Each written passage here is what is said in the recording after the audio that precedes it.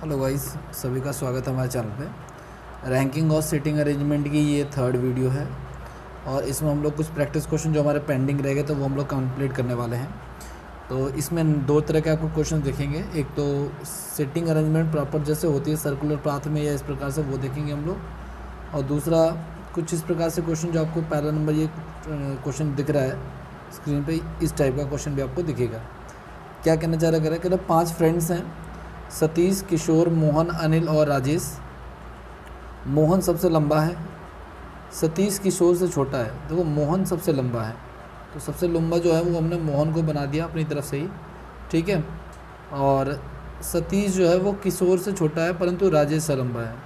सतीश जो है वो किशोर से तो छोटा है लेकिन राजेश से क्या है, राजेश से लंबा है, ठीक है।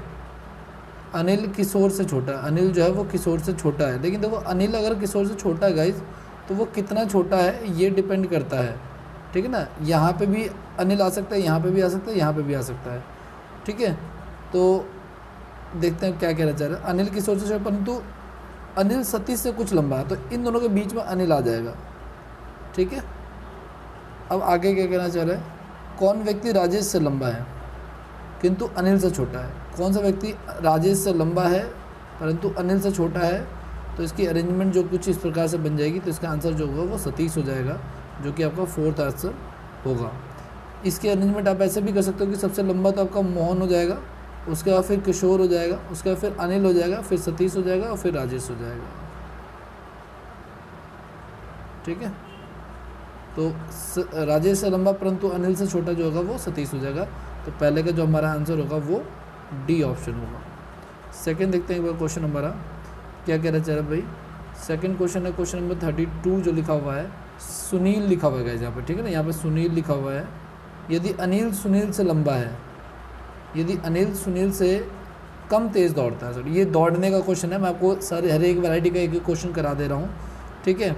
तो ये दौड़ने का क्वेश्चन है। इसमें क्या कहना चाह रहा है ये, यदि अनिल सुनील से कम तेज़ दौड़ता है तथा सुनील सूरज के बराबर दौड़ता है। अनिल जो है वो सुनील से कम तेज़ दौड़ता है, सुनील यानी कि ज़्यादा दौड़ रहा है।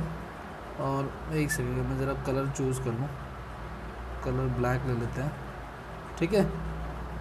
अनिल जो है वो सुनील से कम तेज़ दौड़ता है, तो ये मान लो सुनील हो गया और ये आपका अनिल हो गया। कम तेज़ दौड़ता था तथा सुनील सूरज के बराबर दौड़ता है। सुनील जो है वो सूरज के बराबर, यानी कि सुनील और सूरज जो है वो दोनों क्या है, बराबर दौड़ रहे हैं। सूरज मान लेते हैं जिसको हम लोग, ठीक है, और इसको सुनील मान लेते हैं, कोई इशू नहीं है। अच्छा, तथा सुनील सूरज के बराबर दौड़ता है, सुनील सूरज पर दौड़ता किंतु सूरज से तेज़ नहीं दौड़ता। हाँ ठीक है, चलो ठीक है, मान लिया। तो सूरज से तेज़ कौन दौड़ता है, सूरज से तेज़ कौन दौड़ता है। इसमें 3 लोग हैं, अनिल सुनील। अनिल जो है वो सुनील से कम तेज़ दौड़ता है, अनिल जो है वो सुनील से कम तेज़ दौड़ता है तथा सुनील सूरज के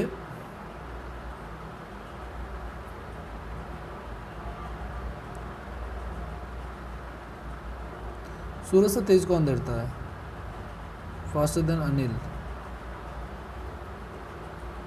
less fast than Anil.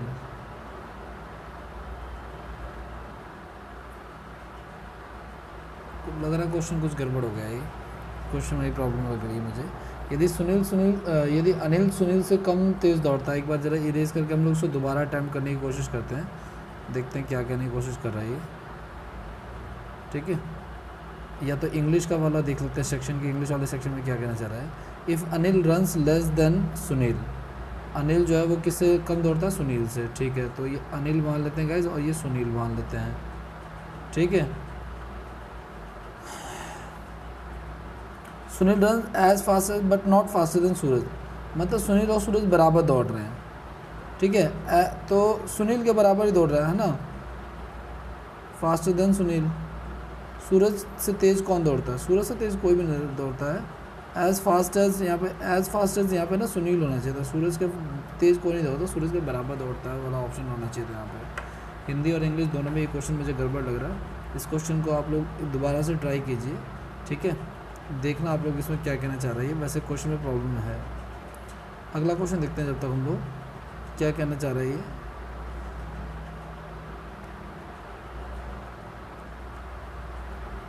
F के पास एच से कम पैसे हैं, एफ़ के पास जो है वो एच से कम पैसे हैं, तो एच के पास ज़्यादा पैसे हुए और एफ़ के पास कम पैसे हुए, ठीक है, परंतु जी से अधिक पैसे हैं। एफ़ के पास एच से कम पैसे लेकिन जी से अधिक पैसे हैं, तो जी से अगर अधिक पैसे हैं तो मान लीजिए जी हो गया हमारा, है ना।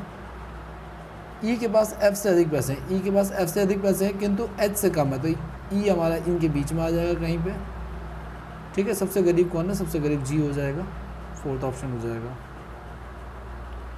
ठीक है। आगे बढ़ते हैं। के बी से अधिक सुंदर है, के जो है वो सुंदर है किससे, बी से अधिक सुंदर है, तो के अगर सुंदर है बी से तो ये बी बना लेते हैं हम लोग, ठीक है ना। बी उतना सुंदर नहीं है जितना वाई, ठीक है, यानी वाई ज़्यादा है। जे उतना सुंदर नहीं है जितना बी या वाई, तो बी या वाई भी नहीं है तो जे यहाँ पे नीचे आ जाएगा, है ना। और वाई यहाँ भी आ सकता है गाइस, तो वाई यहाँ भी आ सकता है, ठीक है। सबसे कम सुंदर कौन है, सबसे कम सुंदर जे ही हो जाएगा। वाई की पोजीशन आप नहीं बता सकते गाइस, ध्यान रखना आप लोग। वाई जो है वो यहाँ पे भी आ सकता है क्योंकि वाई अधिक है इससे, और वाई यहाँ भी आ सकता है। अगर मान लो उसमें वाई की पोजीशन आपसे पूछना ना सबसे अधिक सुंदर कौन है, तो इसका आंसर हो जाता है डाटा इनसफिशिएंट, ध्यान रखना आप लोग, क्योंकि सबसे अधिक सुंदर नहीं बता सकते क्योंकि वाई की पोजीशन जो है हमें सवाल में गिवन नहीं है। लेकिन इसमें सबसे कम सुंदर का पूछा तो सबसे कम सुंदर का आंसर जो हो जाएगा आपका, सबसे कम सुंदर का आंसर जो हो जाएगा वो ये बी ऑप्शन हो जाएगा आपका, ठीक है। नेक्स्ट क्वेश्चन की तरफ बढ़ते हैं गाइस। 5 विद्यालय ABCD में, 5 विद्यालय ABCD में ई के मुख उत्तर दिशा की ओर है, ई का मुंह जो है वो उत्तर दिशा की ओर है। 5 विद्यालय मान लीजिए ABCDE उत्तर की ओर है, ई का मुंह कोई दिक्कत नहीं है, ये फेस हमने उत्तर की तरफ कर लिया, ये नॉर्थ की तरफ डायरेक्शन कर लिया हमने, ठीक है, जैसे बनता है। ई तथा बी के बीच में बैठा हुआ है, ए जो है ना वो ई और बी के बीच में है, यानी कि अगर बी हो गया तो यहाँ पे ए बैठ गया, जबकि ई डी के दाईं ओर है, ई जो है वो डी के दाईं ओर है। इसका मतलब ये हो गया गाइस ये कि इसका मतलब ये हो गया कि ये इस कॉर्नर पे नहीं बैठ सकता। चलो कोई बात नहीं, इसको भी देख लेंगे हम लोग। डी तथा सी के पंक्ति के अंत में है, डी तथा सी पंक्ति के अंत में है, तो डी और सी अगर पंक्ति के अंत में है इसका मतलब डी को हम लोग यहाँ पे बिठा लेते हैं क्योंकि इसका दायां इस तरफ पड़ेगा, तो दायां इस तरफ पड़ेगा तो ई को हम लोग यहाँ बिठाएंगे, और अगर ई को यहाँ हम बिठाएंगे तो फिर हम बी को यहाँ बिठाएंगे, ठीक है ना, क्योंकि ई और बी के बीच में ए बैठा और यहाँ पे बैठ जाएगा सी, ठीक है। तो सी के बाएं और कौन बैठा, तो सी का देखो बायां जो है वो इस तरफ हो जाएगा, दायां इस तरफ हो जाएगा और बायां ये हो जाएगा, ठीक है। एक बात ध्यान रखना आप लोग, इन सब के फेस जो है वो नॉर्थ डायरेक्शन में ही है, तो इनका जो राइट साइड होगा, इनका जो दायां ऑप्शन होगा और इनका जो लेफ्ट साइड होगा वो आपका वाला दायां ही काउंट होगा और आपका वाला बायां ही काउंट होगा, ठीक है। राइट साइड को दायां कहते हैं, लेफ्ट साइड को बायां कहते हैं। तो जैसी पोजीशन बैठ रही है उसमें सी के बाईं और जो निकलेगा व्यक्ति वो निकलेगा बी, ठीक है। इसमें ऑप्शन अवेलेबल नहीं है, इसका आंसर वैसे बी हो जाएगा, ठीक है। एक परिवार की एक कंबाइंड फ़ोटो लेनी है, ठीक है ना, और आपको पता है फैमिली फ़ोटो जब ली जाती है गाइस तो वो ऐसे ली जाती है, एक लाइन में सभी लोग खड़े हो जाते हैं, है ना।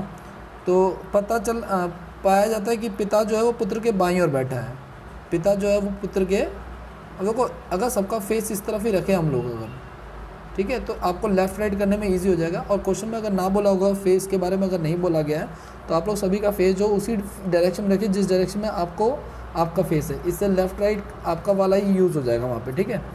तो पाया जाता है कि पिता जो है पुत्र के बाईं ओर है, तो दायां तो इस तरफ हो गया, बायां इस तरफ हो गया, तो पिता जो है वो पुत्र के क्या है बाईं ओर मौजूद है, चलो कर दिया जी हमने, ठीक है। तथा दादाजी के दाईं ओर है, तथा चलो दादाजी को यहाँ पे बिठा देते हैं, ग्रैंड फादर जो है वो यहाँ पे बैठे, उनके दाईं ओर ये आ जाएंगे, ठीक है।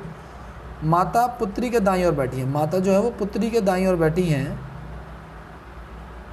किंतु दादाजी के बाईं ओर, दादाजी के बाईं ओर अगर बैठी हैं तो बाएं तो ये, तो माता जी ये हो गई और उसकी डॉटर ये हो गई, है ना, ये उसकी बेटी होगी, पुत्री होगी, डॉटर होगी।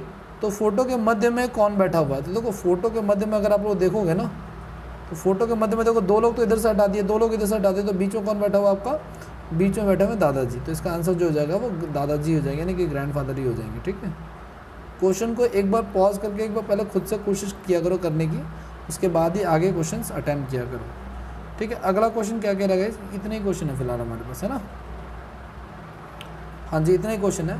प्रैक्टिस क्वेश्चन थोड़े से कम ही रखे हुए हैं, लेकिन आप लोग इसको इतने क्वेश्चंस को आप लोग अटैम्प्ट करना, और अब आप लोग चैप्टर करने की कोशिश जो है वो कर सकते हो।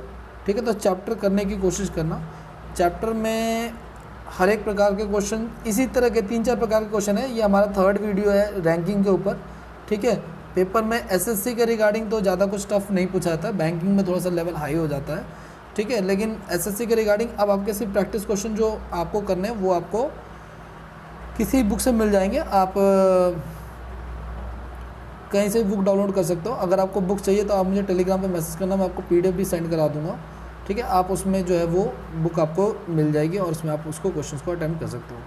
तब तक के लिए हम लोग नेक्स्ट वीडियो की तरफ मूव करते हैं, और इस वीडियो को एक बार आप लोग शेयर जरूर करना। अगर आप लोगों को ये वीडियो सही लगी है, कुछ सीखने को मिला, तो इसे शेयर जरूर करना अपने फ्रेंड्स के साथ। ठीक है, तब तक के लिए बहुत बहुत धन्यवाद। मिलते हैं हम लोग नेक्स्ट वीडियो में। Thank you so much.